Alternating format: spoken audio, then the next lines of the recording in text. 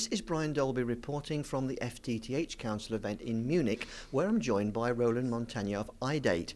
Roland, you just presented the latest FTTH figures. What are the highlights? Well, we just counted the numbers of subscribers in Europe in EU35 at the end of 2011, and the results are that in Europe we are counting today around 5 million subscribers. It is a growth of nearly 28% in 1 year, so it's quite encouraging. But on the other side, if we compare this figure to what's happening in Russia and Ukraine, for example, alone they count also 5 million subscribers.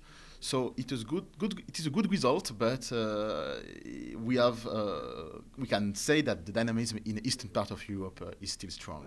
So in a school report, it's kind of good, but could do better. How would we do better? Yes, exactly. In fact, what we can say is that it seems that the operators are more concentrated in the coverage. The growth in terms of subscribers, it's 28%, but the growth in terms of coverage is 41%.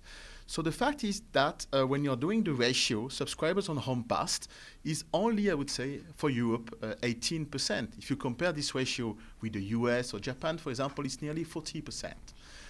So there is a double job, I would say, for the operators to do. The first job is to convince the subscribers to go from ADSL to fiber to the home. And the hardest job is also to continue the coverage across the homes in Europe.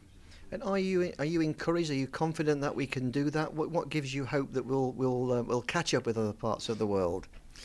Well, it's true that when we compare Europe to other parts of the world, we have a lot of progress to do, because as we are doing also the panorama for Asia Pacific, Asia Pacific alone is counting 15 million FTTH subscribers. So it's a huge gap between, of course, Europe and APAC.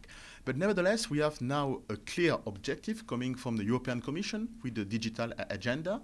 We have this clear objective, and it is always encouraging to have such an ambitious objective. This objective is saying that half of the population has to be covered with 100 meg in 2020. So in some countries we are ahead of this agenda, but in other countries where challenges are still ahead. So do you think we can do it? And if so, how can we do it?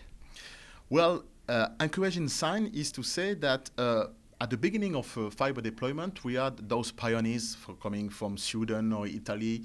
Now we have also dynamism in eastern part of Europe, countries like Hungary, like Slovenia, like Slovakia, for example. But the encouraging sign is that also in the main European economies, now things are changing, things are starting.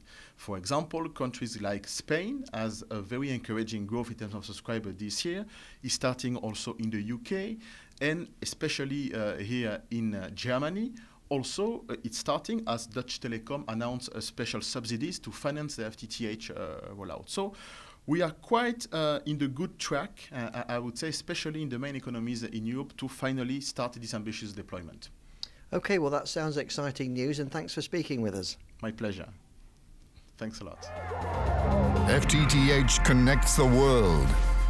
When are you getting connected? Ladies and gentlemen, welcome to Munich for the 9th edition of the FTTH conference, creating a brighter future.